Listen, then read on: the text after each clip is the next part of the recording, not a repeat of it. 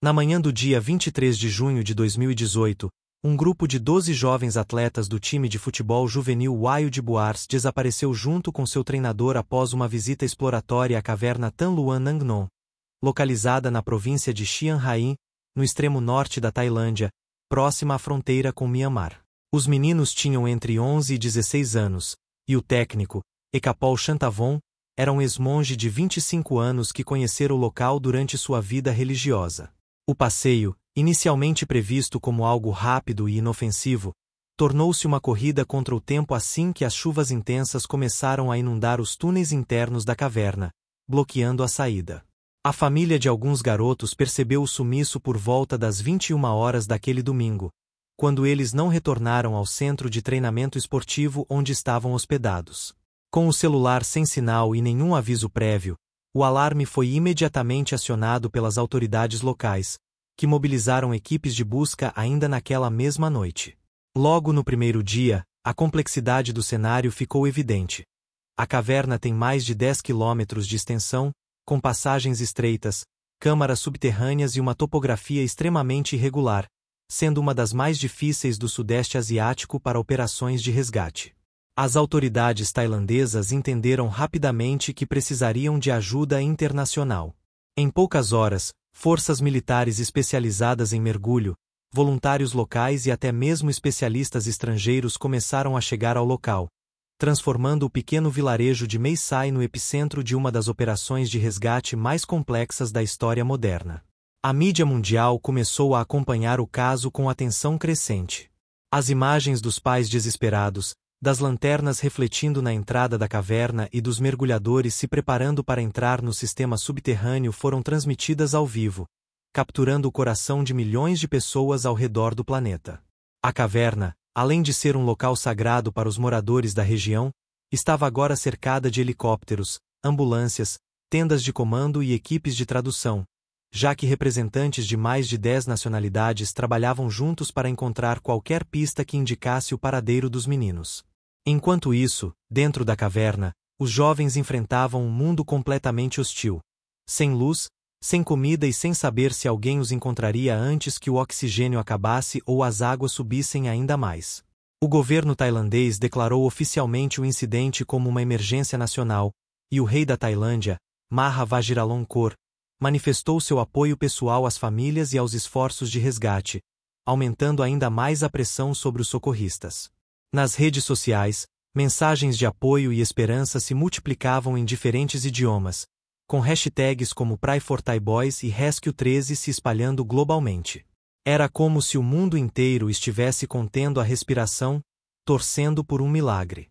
Equipes britânicas de mergulhadores especializados em cavernas foram as primeiras a assumir papel fundamental, pois ninguém conhecia melhor os riscos e técnicas necessárias para navegar em sistemas subterrâneos inundados do que esses especialistas. A cada hora que passava, as chances de sobrevivência diminuíam, mas a fé dos familiares e do mundo inteiro parecia aumentar proporcionalmente, alimentando a determinação dos resgatistas. A comunicação entre os grupos era constante, engenheiros estudavam mapas geológicos, bombeiros controlavam o nível da água, médicos monitoravam possíveis sinais vitais e tradutores ajudavam na troca de informações entre as diversas equipes internacionais. Mas, acima de tudo, havia uma certeza: enquanto houvesse uma mínima chance de encontrar os meninos vivos, o trabalho não pararia. E foi com essa força coletiva, unida por um objetivo comum, que o mundo assistiu perplexo ao início de uma saga que duraria 18 dias e mudaria para sempre a forma como enxergamos o poder da união e da esperança.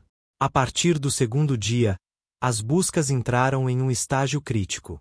Os mergulhadores começaram a explorar os túneis inundados da caverna Tan Luang, enfrentando condições extremamente perigosas, com visibilidade quase zero, correntezas fortes e temperaturas baixas. A equipe de mergulhadores britânicos, liderada pelos experientes Rick Stanton e John Volanten, foi crucial desde o início. Ambos eram veteranos em missões de salvamento em cavernas submersas e traziam décadas de experiência acumulada em situações similares, embora nunca tivessem enfrentado algo tão complexo quanto aquilo. Os primeiros dias foram marcados por tentativas frustradas de alcançar pontos mais profundos da caverna. Diversos mergulhadores voltaram exaustos e com relatos de desafios maiores do que imaginavam. Paredes escorregadias, passagens estreitas e zonas com falta total de oxigênio. Enquanto isso, fora da caverna, centenas de voluntários trabalhavam incansavelmente para bombear água para fora do sistema, perfurar poços no topo da montanha em busca de possíveis rotas alternativas e garantir suporte logístico às equipes que entravam e saíam continuamente. A tecnologia também entrou em cena. Drones mapearam a área externa, robôs subaquáticos foram usados para explorar áreas inacessíveis e sensores monitoravam o fluxo de ar dentro da caverna, buscando qualquer indício de movimento ou respiração humana. Familiares dos meninos permaneciam no acampamento base, acompanhando todas as atualizações com ansiedade. Muitos dormiam ali mesmo, em barracas improvisadas, rezando e mantendo a fé viva apesar do desespero. As autoridades locais montaram um centro de comando completo no local, com equipes médicas prontas para atender os resgatados, psicólogos para auxiliar as famílias e intérpretes para facilitar a comunicação entre os grupos internacionais. Enquanto todos faziam o possível e o impossível lá fora, os meninos estavam presos em completa escuridão, sem saber se alguém os procurava ou se teriam alguma chance de sobreviver. A única fonte de iluminação vinha dos celulares, que logo perderam bateria. Sem alimentos, eles foram obrigados a economizar energia e manter a calma, algo praticamente impossível diante das circunstâncias. O treinador, Ecapol, tomou uma atitude crucial. Ensinou os meninos a meditar para controlar o medo, reduzir o consumo de oxigênio e manter o foco. Ele próprio, com sua experiência como monge budista, tornou-se o líder emocional do grupo. Ao mesmo tempo, ele incentivava os meninos a beber água limpa das paredes da caverna, evitando a desidratação, e a manterem-se próximos uns dos outros para preservar o calor corporal.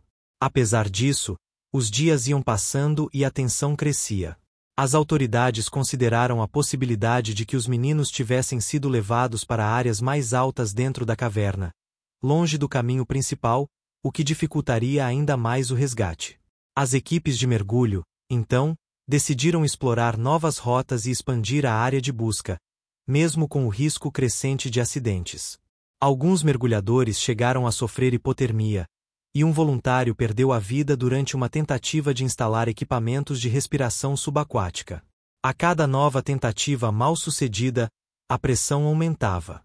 A imprensa internacional cobrava respostas, governos pressionavam por soluções rápidas e os familiares clamavam por notícias que aliviassem seu sofrimento. Mas, no meio de toda essa turbulência, algo extraordinário estava prestes a acontecer. Algo que mudaria o rumo da operação e daria um novo raio de esperança ao mundo inteiro. Na manhã do dia 2 de julho de 2018, exatos 9 dias após o desaparecimento do grupo, 2 mergulhadores britânicos, Rick Stanton e John Volanten, fizeram uma descoberta que seria lembrada para sempre. Encontraram os 12 meninos e seu treinador vivos, abrigados em uma pequena elevação dentro da câmara chamada Chamber 3. Localizada a cerca de 4 quilômetros da entrada da caverna. A notícia correu como um raio pelo acampamento base. Uma explosão de emoção tomou conta do local. Gritos de alegria, choros de alívio e abraços entre os voluntários e familiares. A tensão que dominava o ambiente há dias se transformou em pura celebração. Rick e John relataram que os meninos estavam fracos, cansados e desnutridos, mas conscientes e mentalmente alertas. O treinador, embora igualmente fragilizado, mostrava-se firme e havia feito o possível para manter o grupo unido e calmo durante todo aquele tempo. Imediatamente, uma equipe médica entrou na caverna para avaliar o estado de saúde dos resgatados.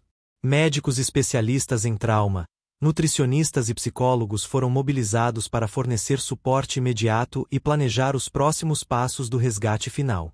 A notícia foi transmitida ao vivo para o mundo inteiro. Imagens dos pais chorando de felicidade, das equipes comemorando e dos voluntários abraçando-se foram vistas por milhões de pessoas, que sentiram um alívio coletivo ao saber que os meninos estavam vivos. A partir daquele momento, a operação mudou drasticamente de foco. Não se tratava mais de uma busca, mas sim de um plano detalhado e arriscado para tirar os jovens da caverna com segurança. Toda a equipe de resgate entrou em ação para elaborar estratégias. Foram discutidas várias opções, ensinar os meninos a mergulhar e guiá-los até a saída, construir túneis laterais para extração ou manter os jovens ali até que a água baixasse naturalmente.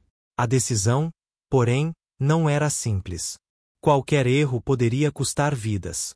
Os meninos estavam fisicamente fracos, e a ideia de nadar por quilômetros submersos em túneis escuros e sinuosos era extremamente perigosa. Além disso, o nível da água dentro da caverna continuava subindo, graças às chuvas constantes, o que aumentava a urgência para agir rápido e com precisão. Voluntários continuavam bombeando água para fora da caverna, mas a capacidade técnica era limitada. Engenheiros estudavam formas de desviar o fluxo pluvial e reduzir a pressão dentro do sistema subterrâneo. Enquanto isso, os mergulhadores começaram a levar suprimentos para o local onde os meninos estavam: oxigênio, alimentos líquidos, remédios e até lanternas e roupas térmicas para ajudar no resfriamento corporal. A comunicação com os meninos foi estabelecida através de mensagens escritas e conversas breves com os socorristas. Eles demonstravam gratidão e confiança, mas também estavam cientes de que o maior desafio ainda estava por vir. As autoridades tailandesas convocaram uma reunião de emergência com todos os líderes internacionais envolvidos para decidirem qual seria a estratégia de resgate mais viável e segura. Muitos especialistas argumentavam que, embora perigoso, o método de retirada subaquática era o único realista, já que outras opções exigiriam semanas de escavação ou colocariam os meninos em risco de infecções ou complicações médicas graves. Com o apoio de médicos, mergulhadores e especialistas em resgate, o plano começou a tomar forma. Os meninos seriam treinados para usar equipamentos de mergulho, e cada um seria guiado por 2 profissionais experientes durante todo o trajeto de volta. Era uma operação sem precedentes. Jamais havia sido feito algo similar com crianças inexperientes em ambientes tão extremos. A partir daquele momento, o mundo inteiro voltaria seus olhos novamente para a caverna Tan Luan, onde a próxima fase da história começaria a ser escrita. Com os meninos localizados e em segurança temporária, a equipe de resgate internacional decidiu, após intensas análises e debates técnicos, pela única opção viável: retirar os jovens por debaixo d'água, guiando-os através de quilômetros de túneis inundados, com o apoio de mergulhadores experientes. O plano era dividido em etapas rigorosamente cronometradas. Cada menino seria amarrado a um dispositivo de segurança e conduzido por 2 mergulhadores profissionais, um à frente e outro atrás, garantindo que não se perdesse no caminho e mantivesse o equipamento de respiração posicionado corretamente. Antes de tudo, porém, os meninos precisariam aprender o básico do mergulho. Instrutores especializados foram enviados para dentro da caverna com simuladores simplificados, mostrando como usar o regulador, o equipamento que permite respirar debaixo d'água, como manter a calma e como seguir as instruções embaixo d'água, mesmo com visibilidade quase nula. Essa parte foi considerada uma das mais delicadas. Os jovens estavam fracos, assustados e inexperientes, e qualquer erro poderia ser fatal. Além disso, a pressão psicológica de saber que teriam que atravessar um túnel submerso por quilômetros era imensa. Paralelamente, os engenheiros continuavam bombeando água para fora da caverna, mas a eficiência do sistema era limitada. A cada chuva, o nível da água subia, ameaçando fechar caminhos já traçados e tornando o resgate ainda mais urgente. Diversas equipes de mergulhadores se revezavam para garantir que o trajeto fosse mantido seguro. Barras de corda foram instaladas nos trechos mais difíceis, balizas luminosas foram fixadas para guiar os mergulhadores e tanques extras de oxigênio foram distribuídos ao longo do percurso. A logística do resgate era impressionante. Mais de 100 mergulhadores, incluindo profissionais da Austrália, Reino Unido, Estados Unidos, China e França, estavam envolvidos diretamente na operação. Cada um tinha uma função específica, seja como guia, seja como suporte intermediário ou como segurança em pontos críticos. A equipe médica criou um protocolo de emergência para lidar com possíveis afogamentos, ataques de pânico, hipóxia, falta de oxigênio ou ferimentos durante o trajeto. Equipamentos de reanimação cardiorrespiratória foram posicionados em diversos pontos da caverna. As famílias dos meninos foram informadas da decisão com cuidado e transparência. Embora a ideia de ver seus filhos mergulhando em águas escuras e perigosas causasse grande preocupação, a alternativa era deixá-los ali por semanas, expostos a doenças, frio e risco de colapso total da estrutura da caverna. O governo tailandês, em conjunto com a equipe internacional, decidiu que o resgate começaria no dia seguinte, 8 de julho, com previsão de durar 3 dias consecutivos, dependendo das condições climáticas e do desempenho dos jovens. O treinador, Ekapol, optou por ser o último a sair, para garantir que todos os meninos fossem resgatados primeiro. Sua atitude foi elogiada como um exemplo de altruísmo e liderança, mesmo em um momento tão difícil. As autoridades deram início à última fase da operação. A evacuação dos meninos, um por um, em uma jornada que seria lembrada como uma das mais ousadas da história do resgate humano. No dia 8 de julho de 2018, o plano de resgate entrou em execução. Às primeiras horas da manhã, o primeiro menino foi preparado para a saída. Vestindo um colete de flutuação adaptado, um regulador de respiração e conectado a um cabo-guia, ele foi recebido por 2 mergulhadores experientes que assumiriam a responsabilidade de guiá-lo por todo o trajeto. A jornada era complexa e exigente. Ele teria que nadar por mais de 4 quilômetros, atravessar passagens estreitas onde só cabia uma pessoa de cada vez, submergir por minutos seguidos e manter a calma mesmo sem conseguir ver nada além da escuridão absoluta. Cada metro percorrido era monitorado em tempo real pelo centro de comando fora da caverna. Equipes médicas e de comunicação acompanhavam o progresso minuto a minuto, prontas para interromper a operação caso algum problema surgisse. Depois de aproximadamente 5 horas de travessia, o primeiro menino chegou à saída. Foi recebido com aplausos, lágrimas e uma rápida avaliação médica. Estava fraco, mas vivo.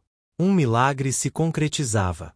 O sucesso da primeira etapa deu ânimo às equipes, e no mesmo dia, outros 3 meninos foram resgatados com o mesmo método.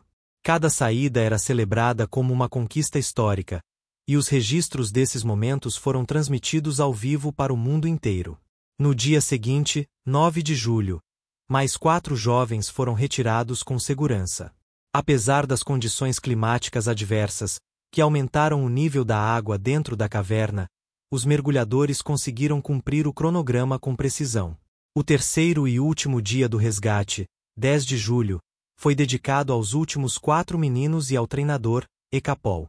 Antes de sair, ele escreveu uma carta emocionante para os pais dos garotos, pedindo desculpas e dizendo que faria tudo o que fosse necessário para garantir que todos saíssem vivos.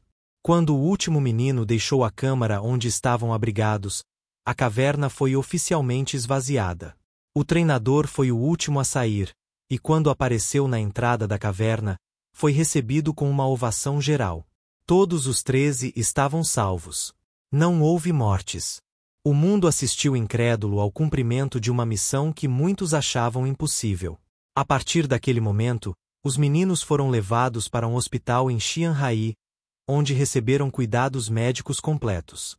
Passaram por exames detalhados, foram vacinados contra infecções e monitorados por especialistas em trauma e recuperação psicológica.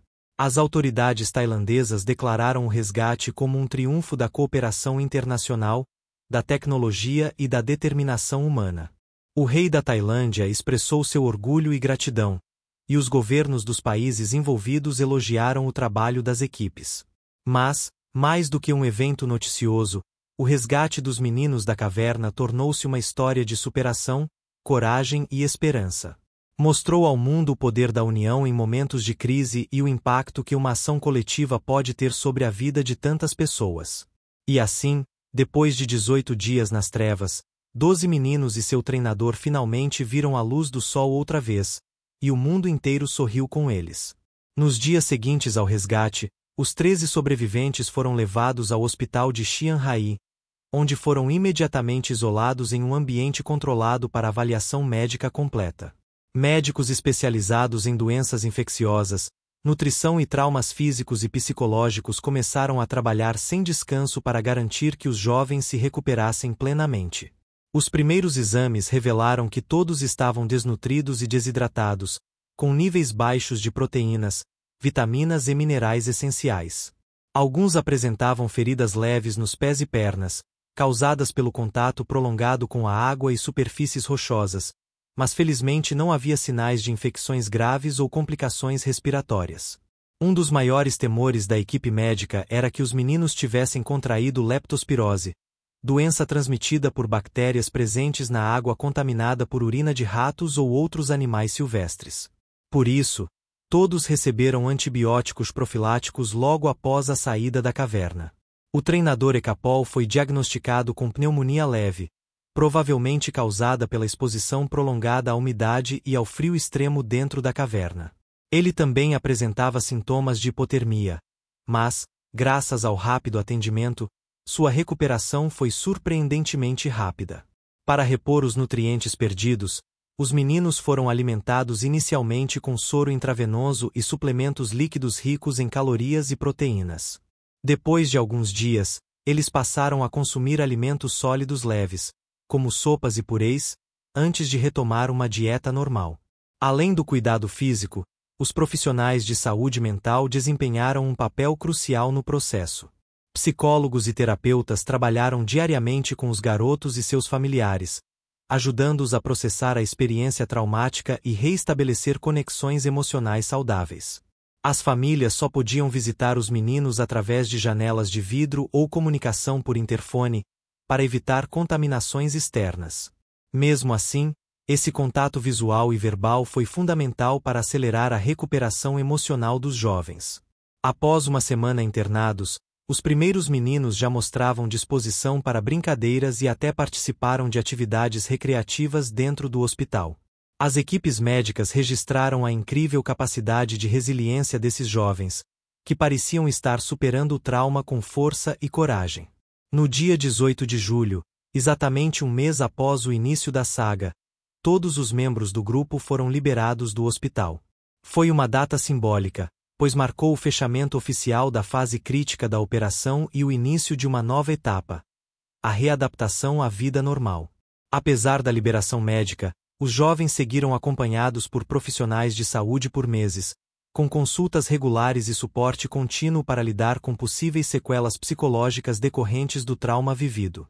O caso chamou a atenção de pesquisadores e instituições médicas ao redor do mundo, que viram na história uma oportunidade única de estudar os efeitos do isolamento prolongado, da privação sensorial e do impacto emocional em situações extremas.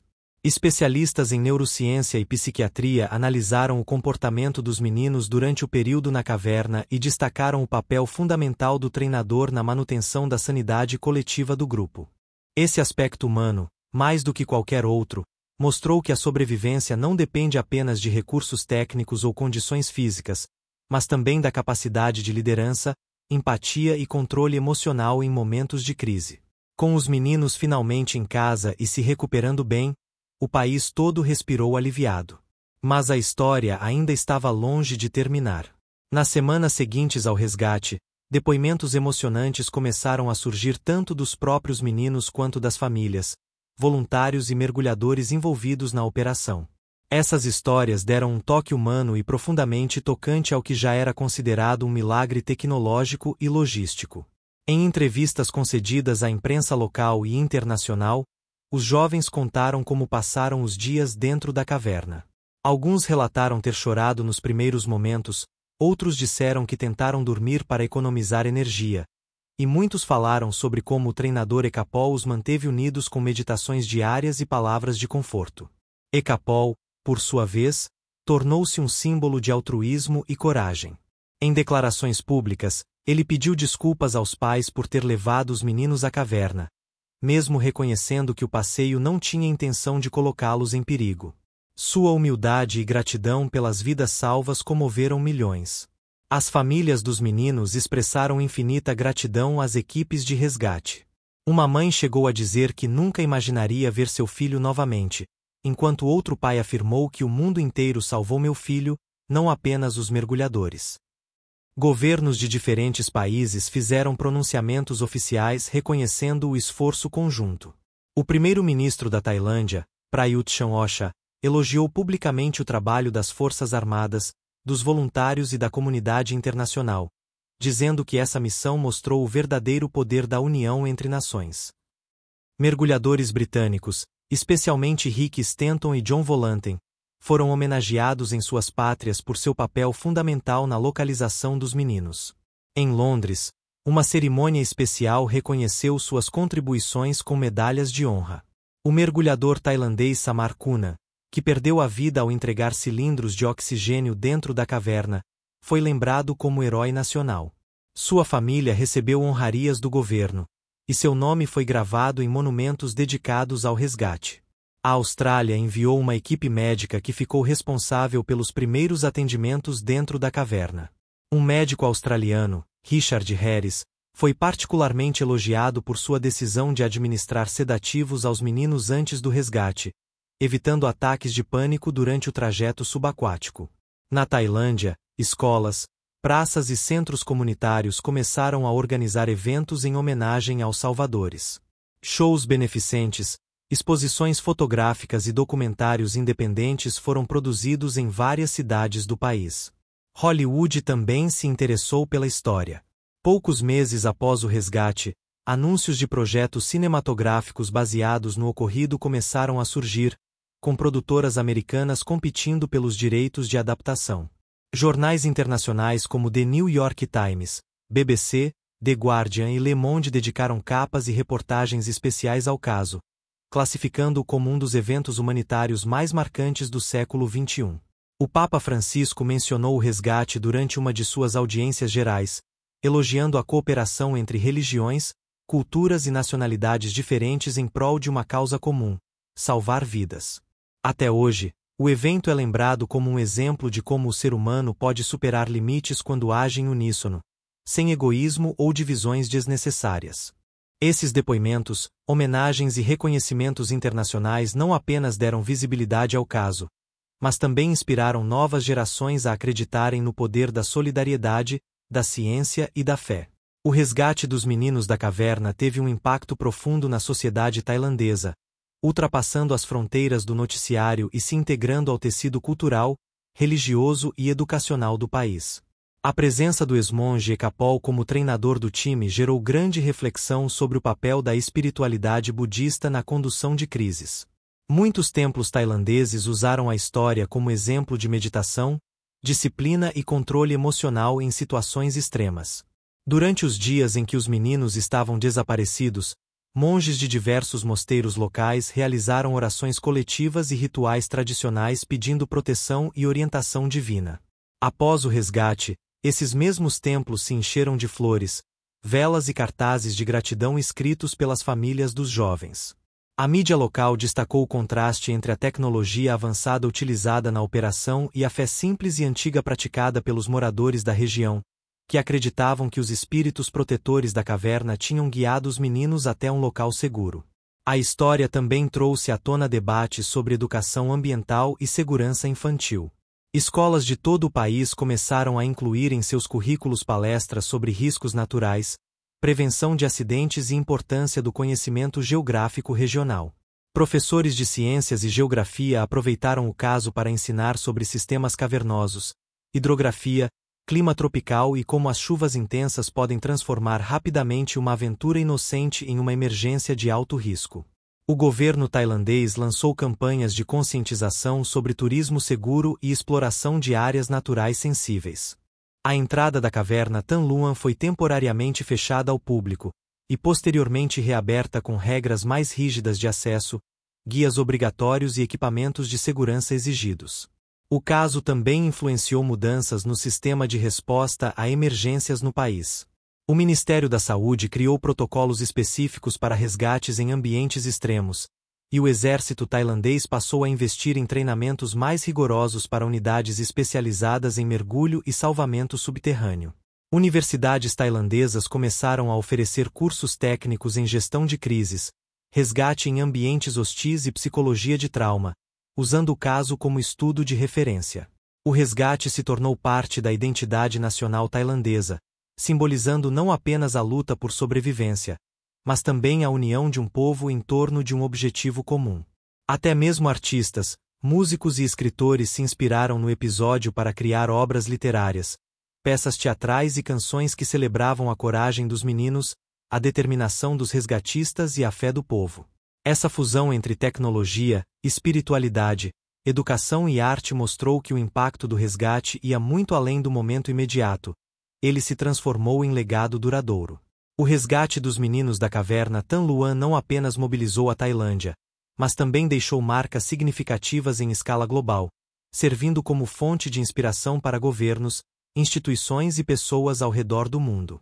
Organizações de resgate em outros países passaram a revisar seus protocolos com base no que foi aprendido na operação tailandesa.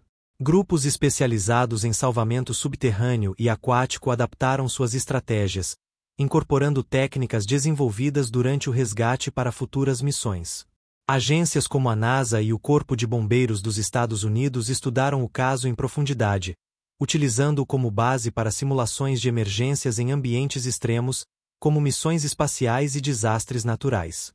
Na Europa, países como Itália, França e Reino Unido incluíram o caso em programas de formação de mergulhadores de elite, destacando a importância da cooperação internacional, do uso de tecnologia e da preparação psicológica em missões complexas. ONGs humanitárias aproveitaram a atenção mundial para promover campanhas de conscientização sobre segurança infantil, educação ambiental e preparação para desastres naturais em comunidades vulneráveis. Empresas de tecnologia também se mobilizaram. Startups especializadas em drones, inteligência artificial e sensores subaquáticos passaram a desenvolver soluções inspiradas no resgate, como dispositivos de comunicação em ambientes subterrâneos e sistemas de localização em locais sem sinal. A indústria cinematográfica não ficou de fora. Além de produções hollywoodianas, documentários da Netflix, National Geographic e BBC foram lançados nos anos seguintes, explorando os bastidores da operação, entrevistando protagonistas e trazendo a história à nova geração. Livros foram escritos por jornalistas, mergulhadores e especialistas, contando desde os relatos pessoais até análises técnicas e históricas do resgate. Alguns best-sellers se tornaram referência em livrarias ao redor do mundo.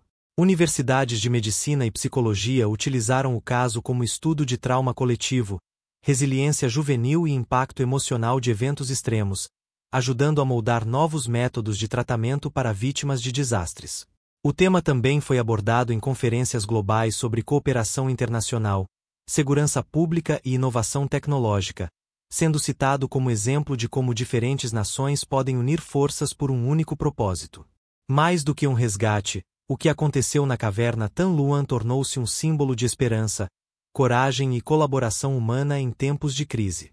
E, talvez o mais importante de tudo, essa história continuará sendo contada por gerações, lembrando ao mundo que, mesmo nas circunstâncias mais adversas, há sempre luz no fim do túnel. Quase 5 anos depois do resgate, os meninos da caverna Tan Luan seguem suas vidas normalmente.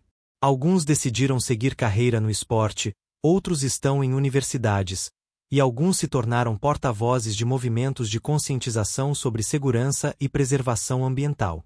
O treinador Ekapol, após se recuperar completamente, decidiu voltar a viver como monge por um tempo, buscando paz interior e refletindo sobre o papel que desempenhou naquela jornada.